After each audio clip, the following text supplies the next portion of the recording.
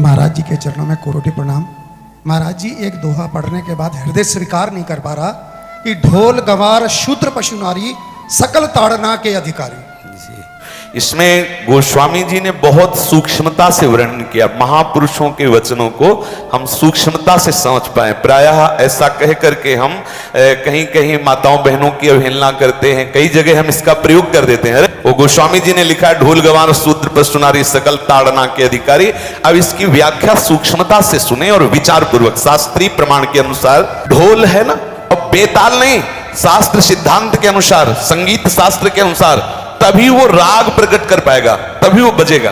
ढोल को हाथ जोड़ के बोलो कि साहब आप बज जाएं, नहीं बजे, उसको ताड़ना चाहिए।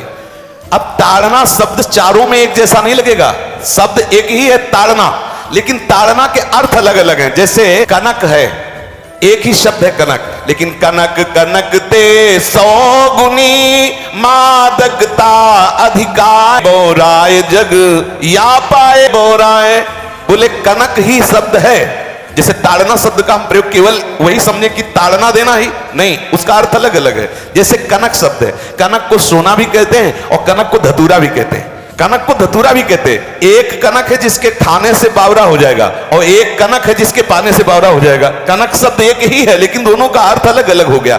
ऐसे ही ढोल में ताड़न का तात्पर्य है उसको पीटना, लेकिन वो शास्त्रीय संगीत के आधार पर उसको ताल देना। ताल देने से ही वो राग प्रकट करता है, आनंद की उमगन करता है, ना कि प्रार्थना करने से। समझ रहे?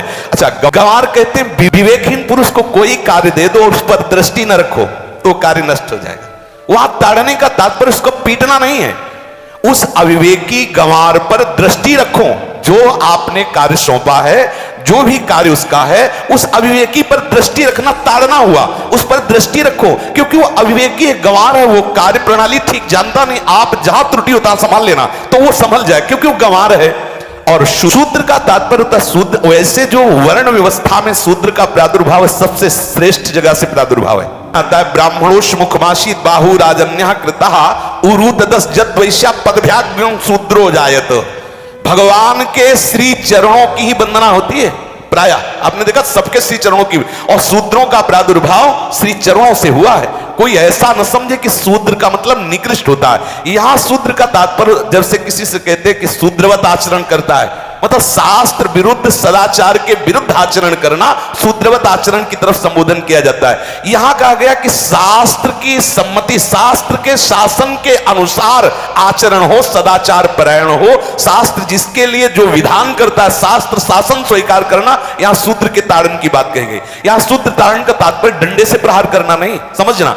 और जो चौथा कहा गया नारी, अगर स्त्री को हम ये कहें कि ताड़न से ही वो केवल काबू में रहती है, तो राष्ट्र में अपने प्रसिद्ध लक्ष्मीबाई जैसी कोई सामर्थ्यशाली वीरांगना, कोई वीरों सामने बड़े बड़े वीरों के दांत खट्टे कर दे, ऐसी बहादुर सिंघनी हुई, अंग्रेजों के दांत खट्टे कर दिए। अगर कोई समझे कि नारी केवल ताड़ने के लिए है तो उसकी मूर्खता है। पुरुष और नारी का समान प्रादुर्भाव हुआ है। भगवान ब्रह्मा के श्री अंग से दाहिनी तरफ से महाराज मनु और बाईं तरफ से उनकी पत्नी उनका प्रादुर्भाव हुआ शतरूपा। अब आप बोलो, एक ही शक्ति के दो भाग हो गए, एक पुरुष रूप धारण कर लिया, एक नारी रूप धारण कर लिया।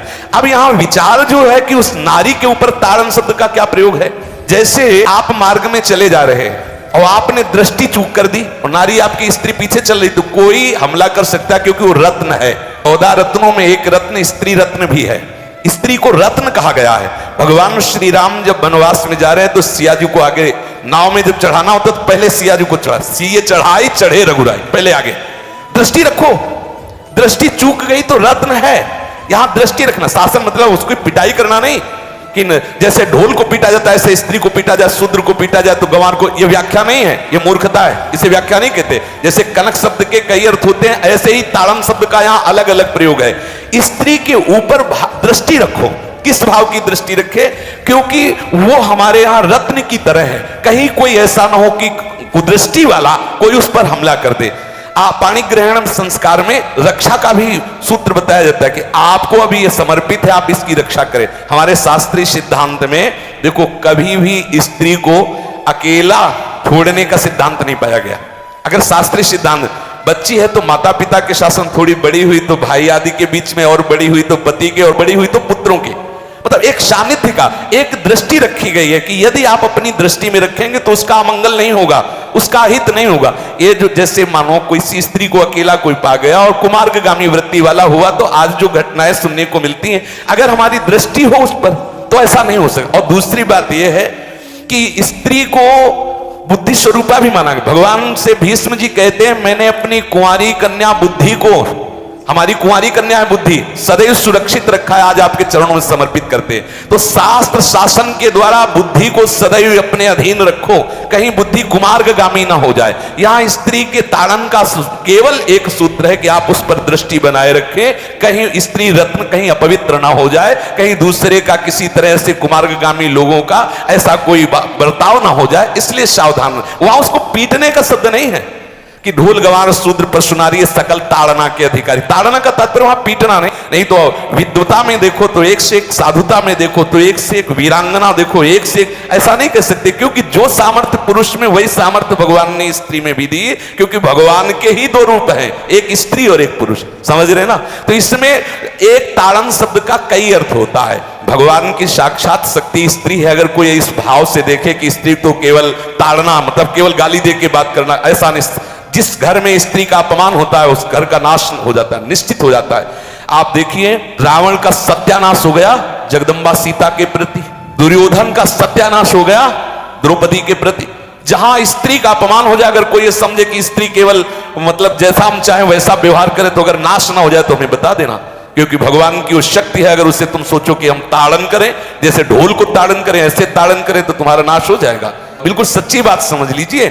केवल वहां दृष्टि रखने की बात कही गई है। आपका अधिकार है, आप उसकी सुरक्षा व्यवस्था में रहें। और एक वृत्ति होती है, अगर शासन ना हो तो हमारी बुद्धि भ्रष्ट हो जाए, आपकी बुद्धि भ्रष्ट हो जाए। भगवान का भय, शास्त्र का भय, लोक मर्यादा का भय, ये हमको सुरक्षित रखता है। इसलिए दृष्टि रखने की आवश्यकता है कि वो पवित्र रहे, वो सुरक्षित रहे, ना कि उसको पीटने के लिए यहां संबोधन किया गया गोस्वामी तुलसीदास जी ने। इसलिए सावधानी पूर्वक अपनी वृत्ति को पावन रखते हुए महापुरुषों के वचनों को समझने की चेष्टा की जाए। गोस्वामी जी ने जो यहां कहा, ढोल गवार शूद्र परशुनारी सकल ताड़ना के अधिकारी, तो ताड़ना का अलग अर्थ है, अलग अलग। जैसे ढोल में ताड़ना, तो वैसी सब जगह नहीं ताड़ना लगेगी। आप देखो पशु जो है, चालक जो घुड़सवार होता है उसको ताड़ना एड़ी से देता है। अपने चालक जो होता है घुड़सवार एड़ी से, किसान जो होता है वो बैल को बोलता है दाहिने, जैसे हल जोतने होता है बाएं, वो भाषा समझता है, बाएं मुड़ जाए, और नहीं मुड़ता तो पीछे अरई है एक छड़ी, उससे वो इशारा देता है, वो समझ जाता है। पशु को अपने इशारे से चला लेते। अब उससे कहे, खड़ा होकर हाथ जोड़ के कहे कि भैया बैल देवता अब थोड़ा दाहिने मुड़ जाओ, तो नहीं मुड़ेगा। जब लगाम पकड़ी और थोड़ा ताड़न किया और बोले दाएं, तो फौरन दाहिने मुड़ गया।